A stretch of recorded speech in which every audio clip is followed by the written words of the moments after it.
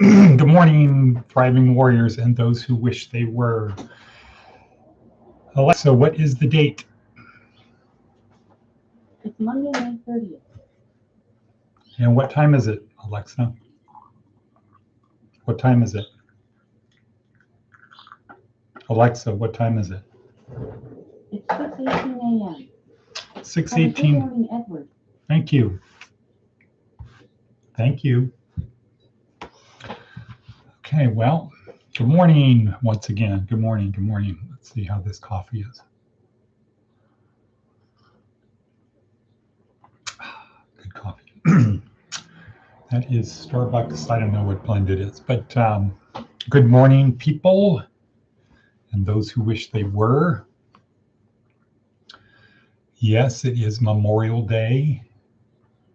It is a sunny day, and the mountains are visible, very clear today, and not a lot of traffic. So, I don't know why I'm wearing these, but don't crash the car. So last week, okay, so Thriving Warrior, this is career services. This is the part of the education program. People moving forward, we can only lead you to water. You have to do the rest. But we're here to help. We're here to show you that's water. Water good. Drink water. Put your head in water. Taste it. Open mouth. Good. Sort of thing. But it's at the end of the day, it's up to you. We can only be here for you, encouraging you, nudging you. And so last week we talked about how do you get people to do what you want? Power. And ultimately it comes to the elegant equation. Bond with people, add value, make their life better, and then ask them to do something. Bond, add value, ask. That's the elegant equation. And it should work that the bonding plus the adding value is greater than what you're asking the other person to do. And if you're dealing with a good person or a person, your strategy should be, if this was game theory, your strategy should be tit for tat. That's tit for tat, not tits for tat, tit for tat.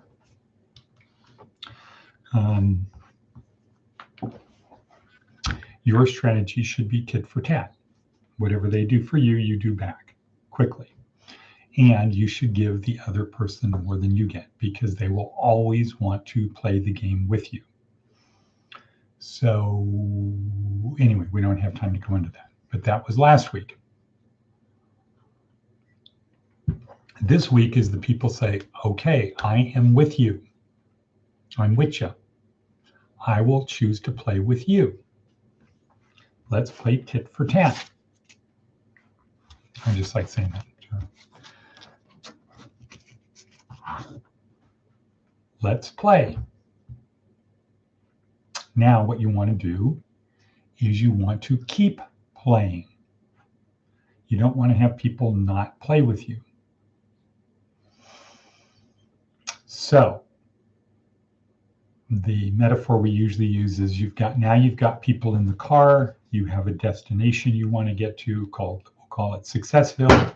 You want to get to Successville, you have people in the car, you've chosen to put the people in the car who are going to help you get to Successville the quickest and most efficient way and most enjoyable way possible. Let's say that was your thing. I want to get to Successville. These are the people that are in the car with me, and they're going to help me get there faster, maybe easier, maybe more enjoyably. Maybe, we're not going to bust our ass to get there. We're going to enjoy the ride. We're going to stop here, there, but we're going to get there. We just aren't going to get there. We're not going to bust our ass to get there. Or it could be, no, I need people that are going to be with me. We're driving 24 hours a day, stopping only for gas. We need to get there as quickly as we can because once we get there, then we have to do this and this and this, and then that. And so we don't have time to waste enjoying it right now. Plus, we don't really have the resources to enjoy the trip. Okay, it depends on you, but you've got the people in the car. Now that you have the people in the car, what are your goals? What are the objectives? What can you not do? Okay, well, hopefully you're not going to have people get out of the car, say, you know what, let me out. Because then that has diminished you, right? Now you hand selected this person to help you get to Successville, and they decided they're no longer going to go with you. So now the trip is going to be harder. Maybe it won't even be possible. Maybe you needed that person. Maybe you're traveling in a foreign country where they don't speak English, and you're going through the jungle, and you need somebody who speaks the language and knows what to do. Or you're climbing a mountain, and you need a Sherpa guide to help you. You cannot do it on your own. So that would be bad. You don't want to lose that person. You also don't want to pick people who you decide, oh, that was a mistake. Now I got to get rid of him, because you wasted energy getting that person. You thought you needed a person to do that role. Now you don't have that person. So maybe now you're lacking. So you don't want to lose people, and you also don't want to crash the car. That would be really bad. You miss a turn. Oops, we went off a cliff. Or wait, where are we? Holy shit. We should have turned an hour ago. We're heading exactly the wrong direction. And to make matters worse, we're low on fuel, and that sign ahead says gasoline, beyond our reach. What do we do now? So you don't want to crash the car. That's what this week is about. Note, categorical imperative. I have to talk about that. So how do you not crash the car? That's the topic of basic training week 4. Basic training week 4, day 1 is Nancy Kane. Nancy Kane is a big supporter of our program. Well, I haven't had any communicate. Well, no, she contributes to the magazine, but the book, but haven't had any personal emails from her from over a year. She hasn't been in good health, but she's been very busy. So Nancy Kane wrote a book, which I don't have a copy in here. I should, about crisis leadership, about what makes people leaders in time of crisis. And she nailed it about 10 years ago, saying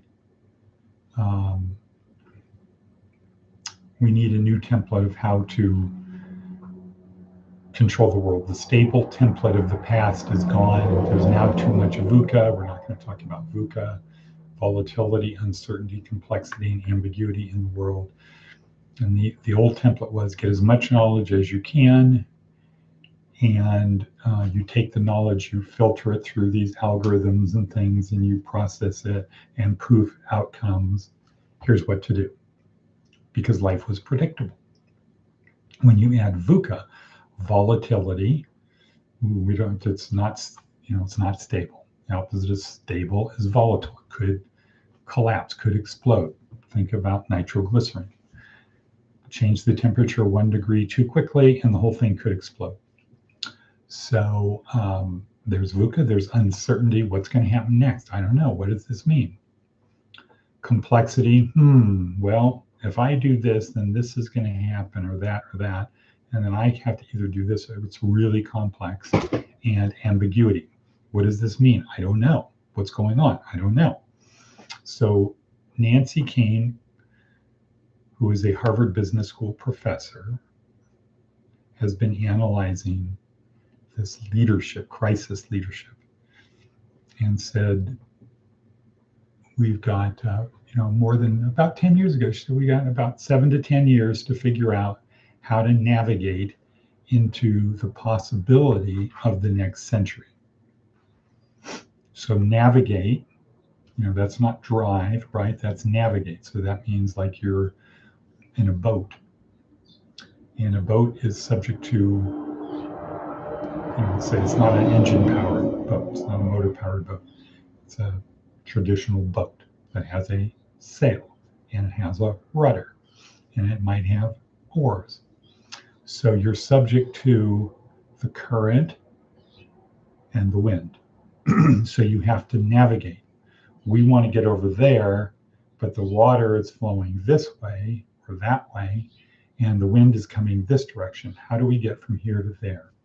And surprisingly, you can do, knowing how to use a sail and a rudder and oars, you can get just about anywhere you want to get.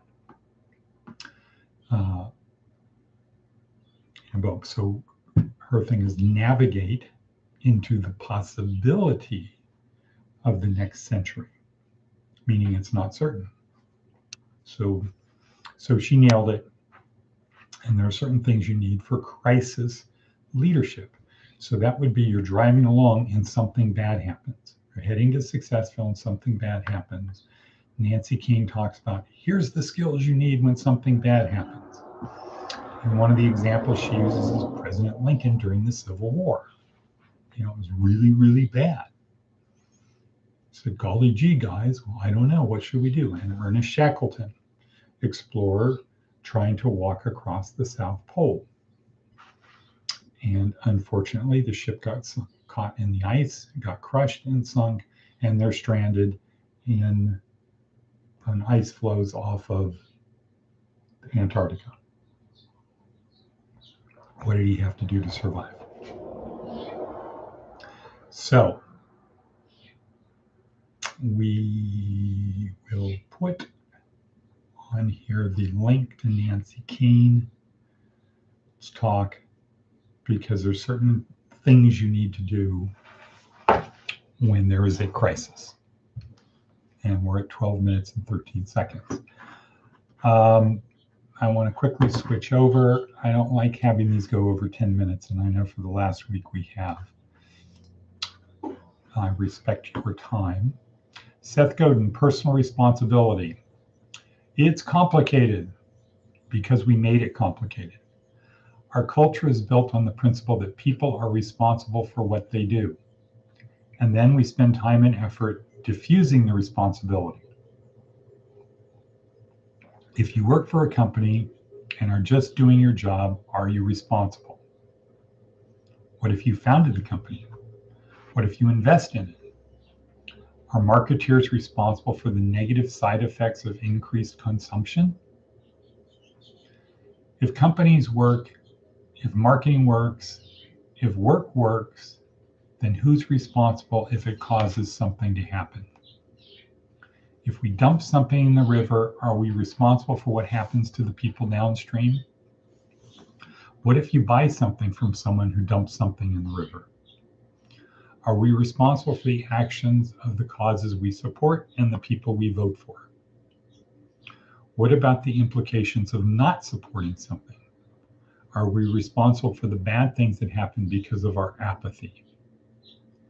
The world is smaller than we think. Okay, that was another good one. Love this guy. His structure is, he doesn't really give you an answer. He causes you to think.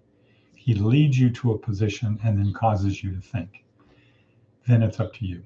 Okay, so it is 14:02. I'm going to do that. And when I do that, that should trigger in you what? Navy SEAL Maxim. Yesterday was the only easy day. Okay, so I know it's Memorial Day. Does that mean you're free from the Navy SEAL Maxim? No. What? It's a vacation day, man. Well, unless you have gotten to Successville,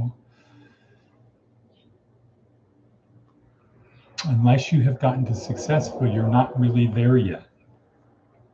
And normally I would say your number one priority is to get to Successville, because until then your life is going to suck unnecessarily.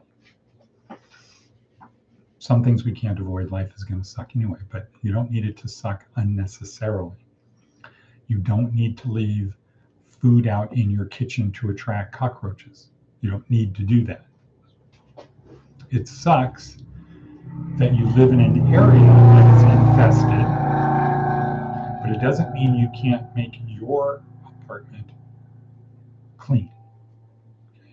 So we can't control the neighborhood. We can maybe influence it, but we can't control it, but we can control our own space. So normally I would say Navy SEAL maximum 100%, 100% of the time. However, I was listening to something this morning and the message was, no, you should focus on your state of mind, your state of being, and you should choose to be happy, or you should choose to feel good. Do things that make you choose to feel good about what's going on. So we'll talk more about that later, but for today, yesterday was the easy day. Just do something just a little bit more than you did yesterday.